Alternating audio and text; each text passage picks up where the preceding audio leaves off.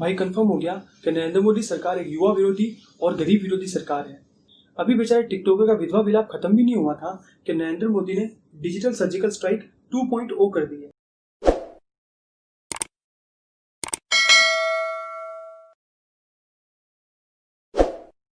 इस बार टारगेट किया गया है 47 ऐप्स को।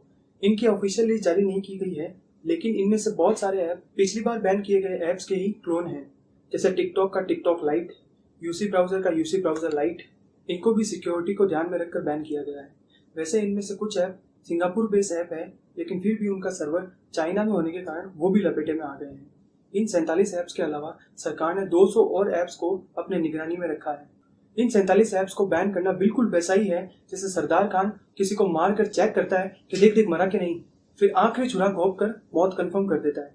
बिल्कुल वैसे ही इन 47 ऐप्स को बैन करने से पिछली बार जो ऐप्स बैन की गई उनकी मौत कंफर्म हो चुकी है। बड़े मियाँ तो बड़े मियाँ, छोटे मियाँ सुभान अल्लाह। लेकिन इस बार जिन लोगों के स्थान विशेष से कपड़ा फटने की आवाज आ रही है वो लोग हैं पबजी वाले, वरना तो कपड़े की जगह कुछ और फटता। समझ गए ना? अरे कलेजा कलेजा फटने की बात कर रहा हूँ। इतने करोड़ टिकटॉकर को बेरोजगार करने के बाद भी इस नरेंद्र मोदी का मन नहीं भरा, जो अब विनर विनर चिकन डिनर को भी देश में बंद करवाना चाहते हैं। क्या आपको नहीं लग रहा कि नरेंद्र मोदी इस देश के अभिभावकों के साथ मिलकर बच्चों के खिलाफ कोई साजिश रच रहे हैं? जो दुनिया बच्चों ने पबजी में बनाई थी उसे नरेंद्र मोदी बैन रूपी गैस चैम्बर में डालकर उस दुनिया की हत्या करना चाहते हैं। क्या होगा अब हमारे ऋतिक का, जो अपने भाइयों को छोड़कर कुछ गंभीर खिलाड़ियों के साथ स्क्वाड बनाता है ताकि वो अपनी रैंकिंग इंप्रूव कर सके? और उन लोगों का क्या होगा जो रात के 3-4 बजे तक जाग जाग कर क्लासिक मैच खेल खेल कर क्राउन और एस रैंक तक पहुंचे थे? उनकी रातें कौन वापस लाएगा? और क्या होगा हमारे जॉन का, जिसने होम क्रेडिट की ईएमआई पर अपने दोस्त की सलाह लेकर फोन कि भाई पबजी के लिए सबसे बढ़िया फोन कौन सा है, और उसके दोस्त ने टिकटॉक छोड़कर यूट्यूब पर रिसर्च की कि which is the best phone for PUBG under 20,000। और उन लोगों की जिंदगी तो झंड हो जाएगी जिन्होंने रुपयों में बैटल पास लिया है और अलग अलग तरीके की स्किन खरीदी है। उनके पैसे कौन लुटाएगा? क्या नरेंद्र मोदी उनके लिए बैटल पास, मुद्रा वापस योजना लेकर आएंगे? और मान लीजिए लेकर आ गए योजना, तो क्या उसे आधार कार्ड से लिंक कराना जरूरी होगा? अरे मोदी जी, स्टेज पर चढ़कर हजारों लोगों के सामने कूल बनने के लिए बोलना बड़ा ही आसान है। ये पबजी वाला है क्या? ये पबजी वाला है क्या?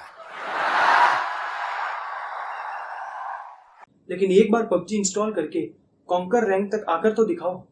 अरे कॉन्कर तो छोड़ो, आप एस या क्राउन रैंक पर ही आकर दिखा दो। मेरा एक सवाल और है सरकार से, क्या इससे देश के युवाओं में असंतोष नहीं बढ़ेगा? क्या इसीलिए आपको वोट देकर जिताया गया कि आप पबजी और टिकटॉक बैन करते फिरे? हालांकि मैंने न्याय योजना के लिए युवा नेता आउल विंची को वोट दिया था, लेकिन फिर भी जिन्होंने आपको वोट देकर जिताया है उनको तो आपने क्या आश्वासन दिया था कि इस कार्यकाल में उनकी आकांक्षाओं की पूर्ति के लिए कार्य होगा। अरे आकांक्षाओं की पूर्ति तो छोड़ो, आप तो आकांक्षा के साथ स्क्वाड खेलना भी बंद करवा रहे हो। तो क्या पूरा देश लूडो किंग ही खेलता रहे? टैलेंट की इस देश में कोई कदर नहीं होगी? अरे कोई लोकप्रिय नेता मुझे सुन रहा है या नहीं? इस तानाशाही के खिलाफ कौन धरने पे बैठेगा? आप तो मारी दोगे, औरों से भी मरवानी है यार। 370 हटा दिया, 35 से हटा दिया, लद्दाख को यूटी बना दिया, 3 तलाक हटा दिया, रफाल लेके आ गए, सीए लेके आ गए, टिकटॉक बैन कर दिया, पबजी बैन करने का सोच रहे हो, तो अब यूसीसी और पॉपुलेशन कंट्रोल पे बिल भी लेके आ जाओ। भाई बापू की बहुत याद आ रही है आज बापू की। इतना बड़ा देश हमें आजाद करा दिया आपने, लेकिन जो हमारी तमन्नाएं थी सब खत्म होती जा रही हैं, सब बेकार होते जा रहे हैं। बापू कहाँ चले गए? इतनी बड़ी उपलब्धि लेके कहाँ चले गए? इतना बड़ा देश लेके हमें आजाद करके हमारे बच्चों के लिए इतना बड़ा काम करके कहाँ चले गए आप? चलिए अब आगे बात कर लेते हैं। फिलहाल पबजी को बैन नहीं किया गया है, लेकिन ये उन 200 ऐप्स में से है जो कि सरकार के रडार पर है और इन पर भविष्य में कभी भी कार्रवाई की जा सकती है। यानी एग्जाम्पल से समझे तो अब पबजी की हालत उस नट की तरह हो गई है जो एक पतली सी रस्सी पर तो चल रहा है, साथ ही उसकी गर्दन पर एक तलवार भी लटक रही है।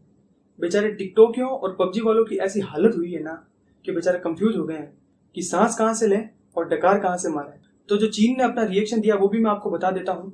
चीनी दूतावास के प्रवक्ता शिरोंग ने बयान दिया है, यह भारत सरकार का कर्तव्य है कि वह चीनी कंपनियों की कानूनी अधिकारों व चीनी निवेशकों समेत तमाम अंतर्राष्ट्रीय निवेशकों के हितों का बाजार के नियमों के अनुसार संरक्षण करे। भारत व चीन के बीच प्रायोगिक सहयोग दोनों देशों के हितों के अनुरूप है, लेकिन इस तरह के हस्तक्षेप इसे नुकसान पहुंचा सकते हैं और यह भारत के हितों के मुताबिक भी नहीं है। अंत में शिरोंग ने कहा कि वो चीनी कंपनियों के हितों की रक्षा के लिए उचित आवश्यक कदम उठाएंगे। तो बात यह है कि चीन ये इतना बौखला क्यों उठा है?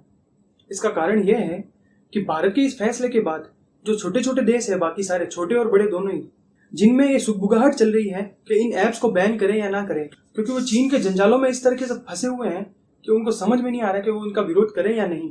इसलिए भारत ने जब इनको बहुत ही कठोरता से बैन किया, तब इनमें भी अब खुलकर आवाज उठने लगी कि इन ऐप्स को भी बैन किया जाना चाहिए।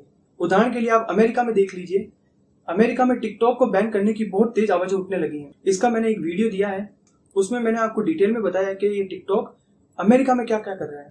तो ऊपर आई बटन पर क्लिक करके वो वीडियो जरूर देखना आप, उसमें इस टिकटॉक के अमेरिका में कारनामे पता चलेंगे आपको। तो आज की तारीख में भारत दुनिया को लीड कर रहा है और भारत के इसी मजबूत रवैये के कारण आज भारत के साथ अमेरिका, जापान, फ्रांस, ऑस्ट्रेलिया जैसे बड़े देश आकर खड़े हो गए हैं।